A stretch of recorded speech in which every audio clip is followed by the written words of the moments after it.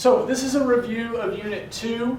I'm going to be going through all the stuff to help you with this. Some of the stuff was covered in Unit 1, like the first part of this is on transformations. So if you need to see the review of transformations, if you haven't looked at that video yet, all the rules for transformations are on there. We'll go through these, but I won't define them again. You'll just have to go look at the review of Unit 1 to see what those transformations are. So as we look at this, remember, transformations are changes from one function to another. And so we're taking this and it says, describe the transformations of g of x from the function f of x equals x squared. So we have a quadratic function. That's the parent function. It's the simplest one we can have. And if we look at number 2, it asks us to describe the transformations. The key points, remember, on transformations are, if it affects the whole function, then it's a vertical transformation. If it affects just the x, it's a horizontal. So as you go through and do these, take it one thing at a time. So I'm going to start here, and I'm going to start with the negative sign.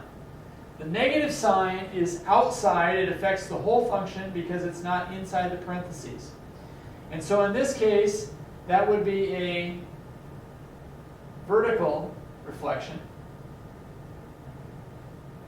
Or you could put reflects over x-axis because it reflects it up and down, so it reflects over the x-axis. The 3/5 again is outside. It's multiply, which tells us that it is a stretch or shrink. It is less than 1. Again, we don't worry about the negative sign. It's less than 1, so that would be a vertical shrink of 3/5. Now we go to the 5. Well, the 5's inside, so that tells us it's horizontal. And remember, if it's horizontal, it's always the inverse of what it says.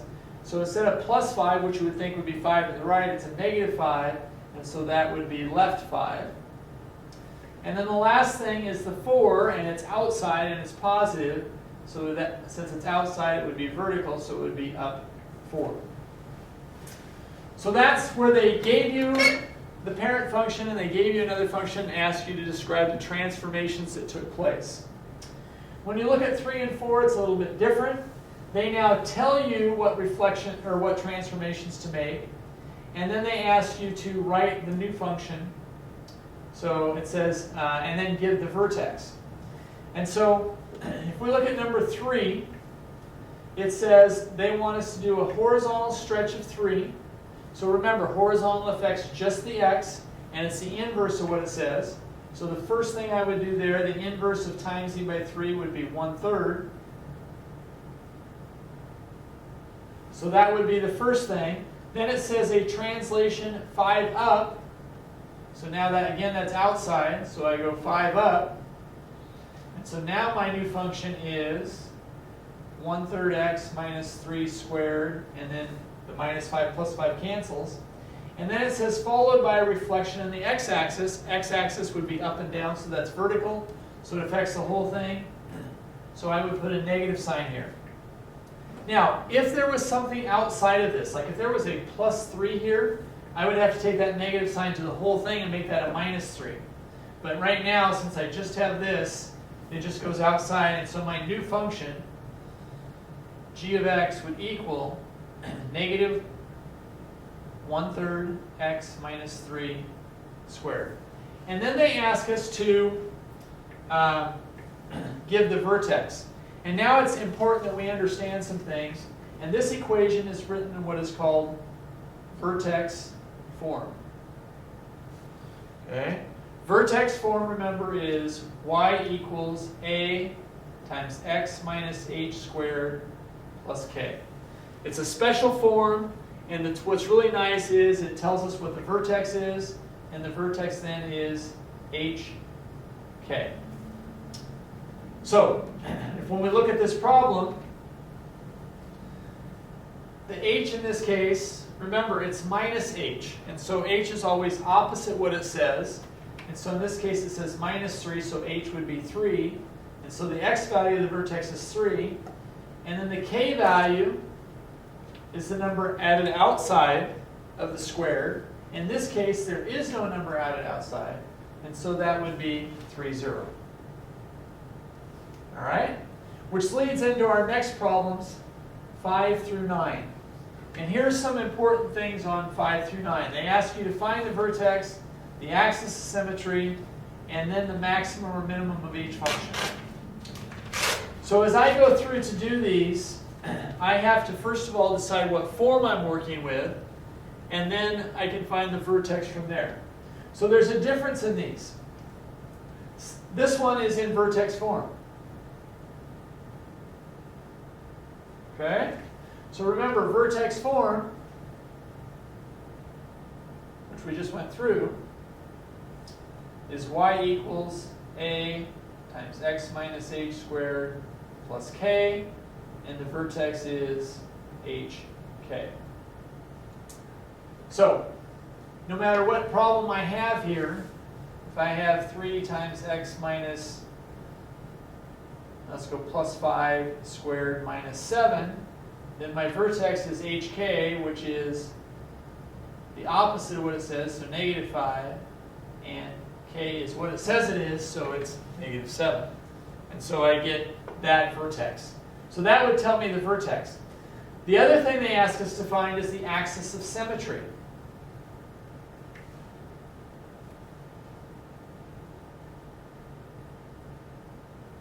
Now the axis of symmetry, when we take a parabola, no matter where it is and whether it opens up or down, the vertex is our turning point.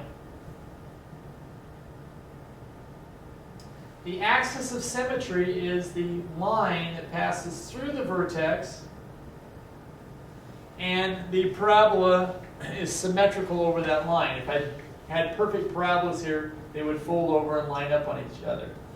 Well, those axes of symmetry are vertical lines, and so the equation of a vertical line is x equals, and it passes through the vertex.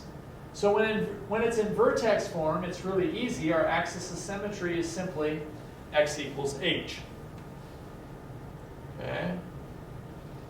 And so our vertex is, in this case, is negative 5, 7. So I would simply write for my axis of symmetry, which I abbreviate AOS. It's all, make sure you put the x equals because it's a vertical line. You can't just put that it's negative 5. So I write x equals negative 5, which tells me that is a vertical line passing through the vertex at negative 5. All right? So then the maximum and minimum. First of all, you have to decide whether it has a maximum or minimum. Well, the maximum, if a graph opens up, it goes forever up, so it doesn't have a maximum. It has a minimum value. And that minimum value is at the vertex, and that would be the y value.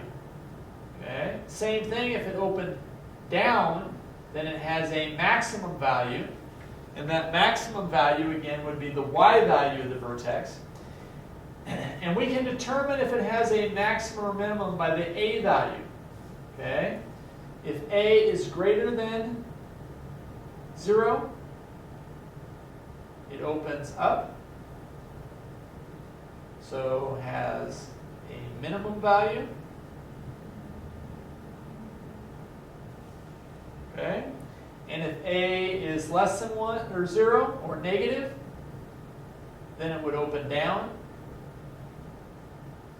And so then it has a maximum value. And again, that maximum value is always at the y. So when we go back to this one, since a is 3, that tells me it opens up and therefore has a minimum. So again, if we go back to this, these are really easy when they're in vertex form for us. I know that the vertex is negative 5, negative 7. The axis of symmetry is x equals negative 5. And because it opens up, it has a minimum value, and that minimum value is the y value, negative 7, and we're done with a problem of that type. So it's pretty easy when they're in vertex form. A little bit more difficult when they're in what we call standard form. So remember, standard form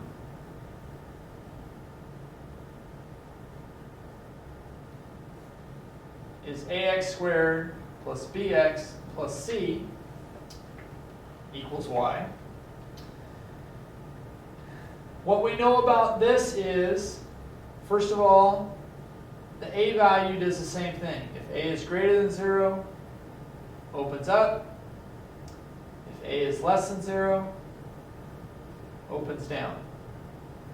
So we know if we pick an equation that we will tell right away whether it opens up or down and whether it has a maximum or minimum value.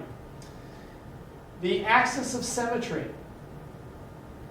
You can find that by x equals negative b over 2a. Now remember, you have to not just go by the order. The b is the number multiplied to x, and the a is the number multiplied to x squared. So that gives us the axis of symmetry, and then the vertex, and this is where people get confused, the vertex is negative b over 2a, the same thing as the axis of symmetry, and the reason for that is, again, our axis of symmetry is that vertical line that runs through the vertex, and so the x value is whatever I get here. To find the y value, this is where people get mixed up, because it's written this way, where it's f of negative b over 2a. All that means is you take the value you get for x and you plug it into the function to find the y value.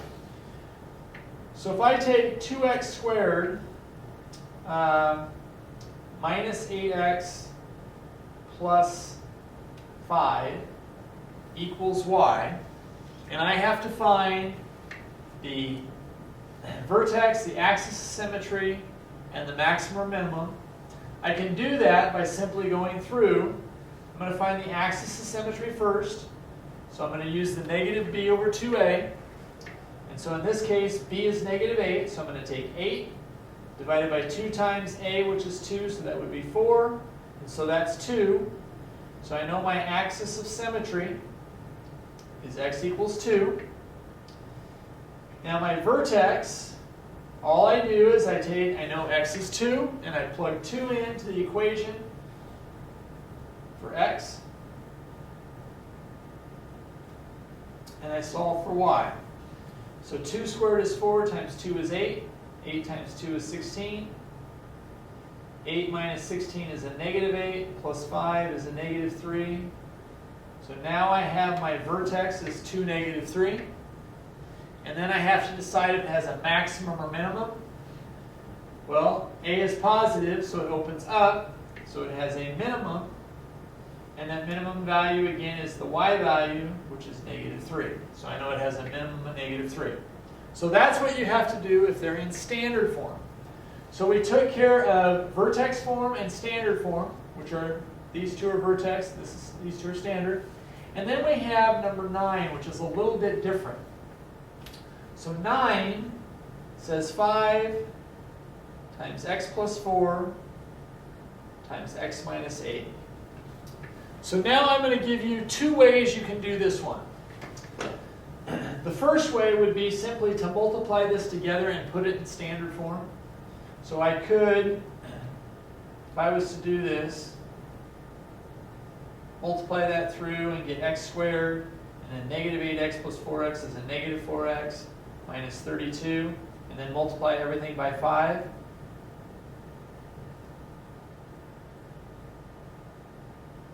So I could do it that way, and that would put it in standard form, and so then I can go back and use the other one.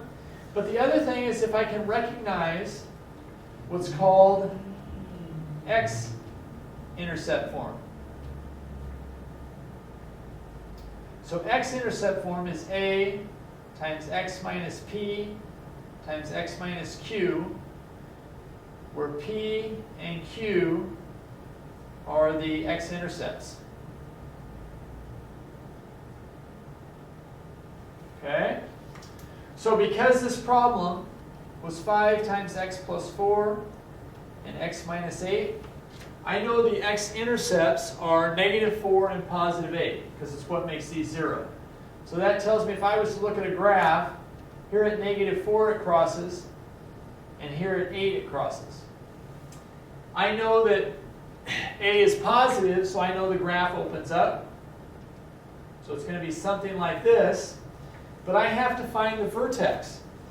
Well, the key is, remember, these X-intercepts, since they're symmetrical here, the axis of symmetry has to be halfway between those.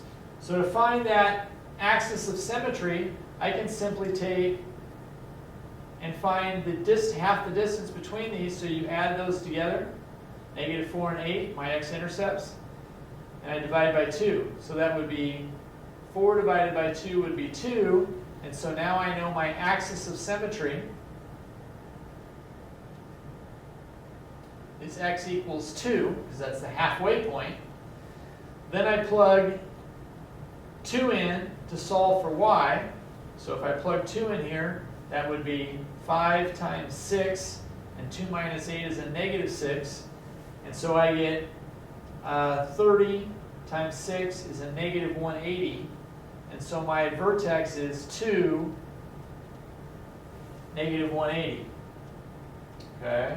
Which would have been the same thing if I would have done it this way.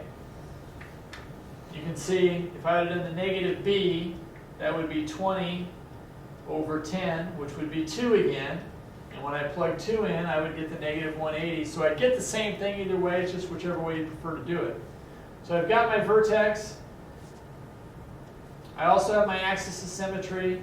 My A is 5, so it opens up, so it has a minimum value. And that minimum value would be at -180. So that's how you do it when it's in what's called X-intercept form. Again, you can change it to standard form and do it, or you can do it in X-intercept form, whichever you choose. On the back of this, they ask us to complete the square, okay, on numbers 10 through 12. Completing this square is a process we have to go through.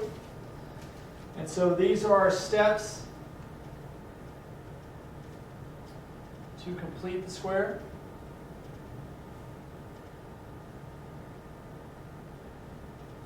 Now, before we go over the steps to completing the square, it's important that you understand why we're doing this. And so, completing the square is writing it in perfect square form, which would be a squared plus 2ab plus b squared. And the reason we want to write it in that form is if I can get it in that form, that factors into a plus b squared, which allows us to solve equations if we get in that form, or to put it in vertex form, which is what we're going to be doing today on this. And so I want to write everything in this form because all I have to do to go from here to here is we take the square root of the first term. So we would take the square root of the a squared, and that goes here. We take the square root of the last term, which goes there. That goes there, and that goes there. And then the middle sign goes here. So if it was a squared minus 2ab plus b squared, then it would be a minus b squared. So we're trying to put everything in that form. And it's a pretty easy process to go through. So our steps to complete the square are 1, the first thing we're going to do is write it in the form of x squared plus bx equals c. So we're going to write in this form. Okay? So let's go ahead and look at number 11 as we do this. So we're going to take x squared minus 8x plus 23 equals 0. And we're going to write it in this form. So that means I'm going to move the 23 to the other side by subtracting 23. Okay? Second step. Take half of b. Now remember, b is the number multiplied to x, so we're going to take half of -8. Now, you don't need to worry about the negative sign, and you'll see that in a second because we're going to square it, so it doesn't make any difference if you take the negative sign or not. So I'm just going to take half of 8. So in this problem, that would be 4. Our third step is square half of b. Okay, so whatever we get from step 2, we're going to square that. So I'm going to take 4 squared, and then we're going to add that to both sides of our equation. So I'm going to take 4 squared, which is 16, and we're now going to add that to both sides.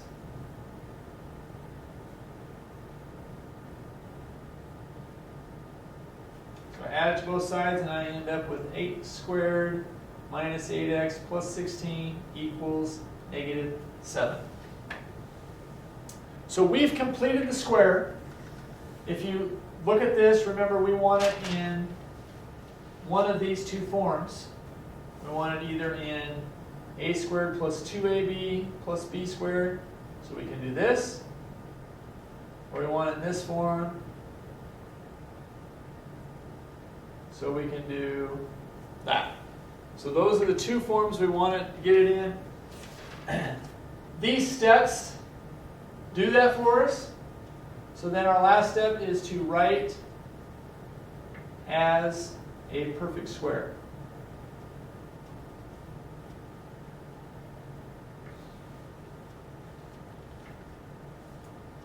So we've got that done.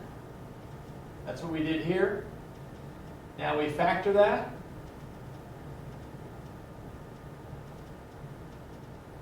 So we're going to factor that equation. And again, using the shortcut, you take the square root of this, x, the sign of the middle term minus, the square root of 16 is 4. We put a squared sign up there, equals negative 7. Now, if you can't remember the shortcut, you can always do the x method. I could do the x method, and it'd be 1 times 16 is 16, and negative 8, and so that would be negative 4 and negative 4, which would be x minus 4 times x minus 4, which is the x minus 4 squared. But you can see the shortcut's much faster. Take the square root of that, the square root of that, and the sign in the middle. And then the last thing we do, move the number back, or let's do this, set equal to 0. So I'm going to move the 7 back.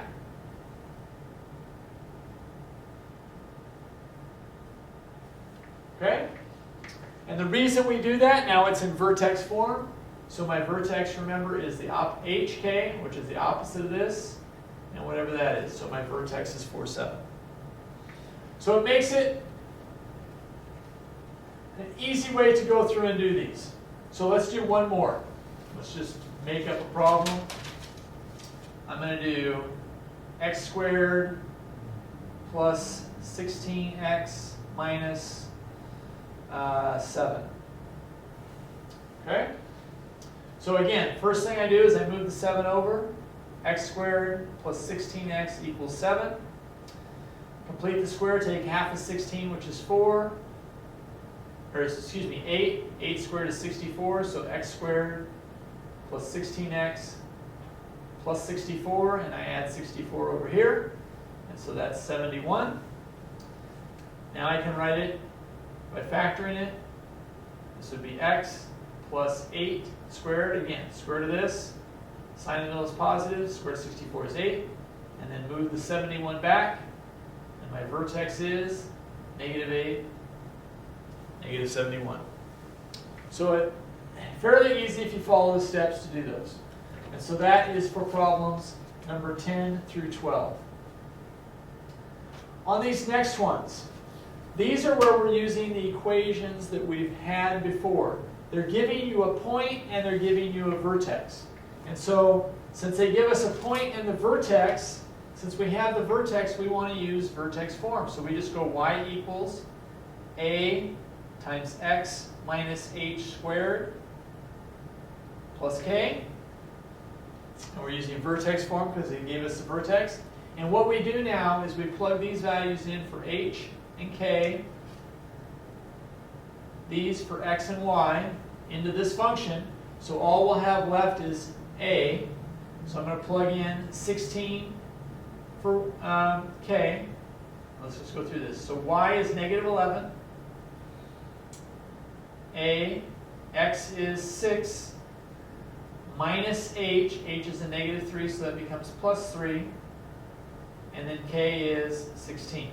So then what you do is you solve for a, and they want you to write the equation of the parabola. And so I can write it in any form I want, but since we have it in vertex form, we might as well do that. So it's going to be y equals, you're going to find the value of a and plug it in, but the rest of this is just going to be x plus 3, because we know what h is, plus k, and we know what that is. So once you find a, you will plug that in and you'll have your equation. You don't put the numbers in for x and y because we're writing the equation for any point. And this was, when we found the a here, that's just the point when x was 6 and y was negative 11. The next one is, it gives you the x-intercept. So now we want to use x-intercept form, which is a times x minus p and x minus q. So y equals. And again, this, it doesn't make any difference which one you call p and which one you call q. This again is our x and y.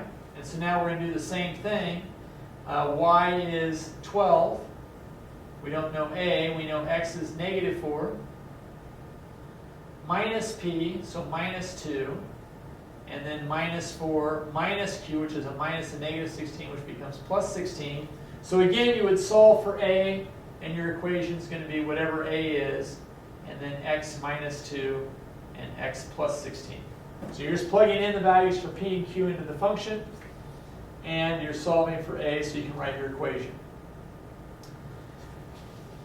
Number 3 is a little bit more difficult.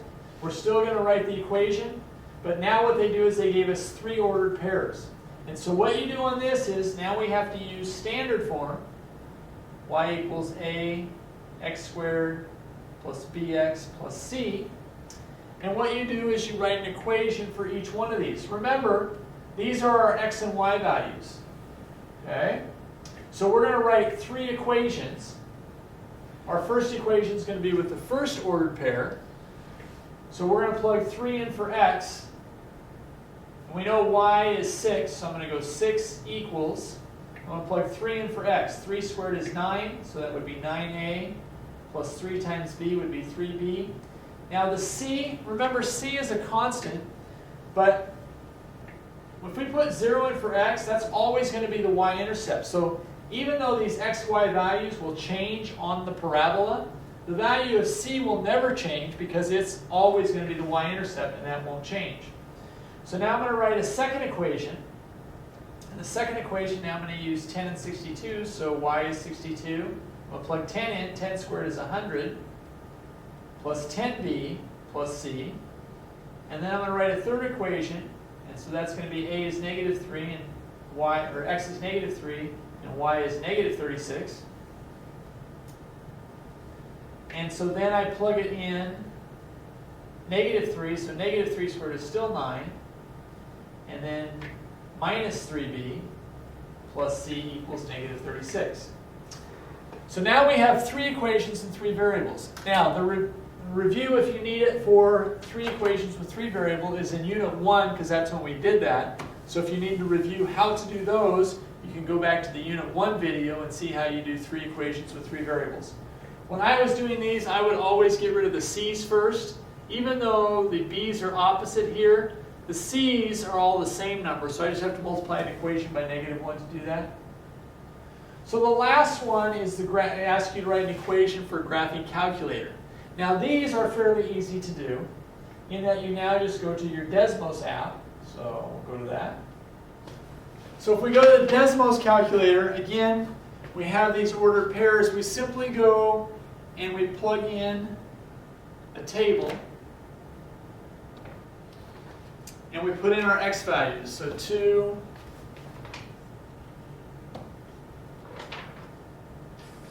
4, 6, 8, 10. So I've got those in. So now I put in the y values. So 185, 209, 217, 209, and 185.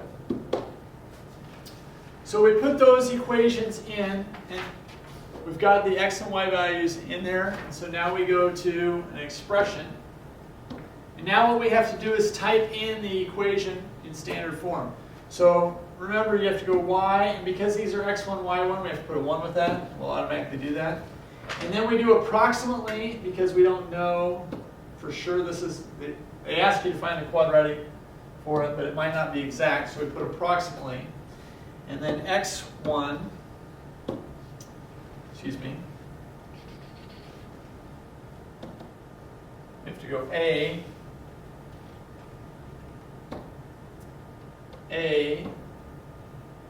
x1 squared plus b x1 plus c. So this is the, remember, standard form, y equals ax squared plus bx plus c. Well, we have to put the 1's in because that's what our chart's made up of. And so once we do that, it gives you the values for a, b, and c. So you just write it into the equation. So my equation is going to be y equals, a is -2, so -2x squared. B is 24, so plus 24x, plus c is 145. And so there's really no work to do on that. You just use the Desmos app, plug in the values for x and y, plug in your equation, and it will tell you what the values of a, b, and c are, so you can write the equation. So that completes our review of unit number 2. So hopefully that helped. Again, if you don't have that practice test with you, you can just stop the video to do the problems on that. You should have the answers, but in case you don't,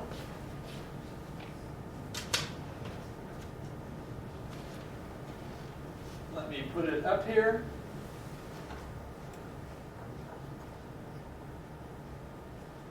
And so these were the answers to that, so you can check them. Blow it up a little bit. So hopefully you can read that, and you'll just have to pause it or come back to this spot to check your answers as you go to make sure you got it right. So that's it for Unit 2.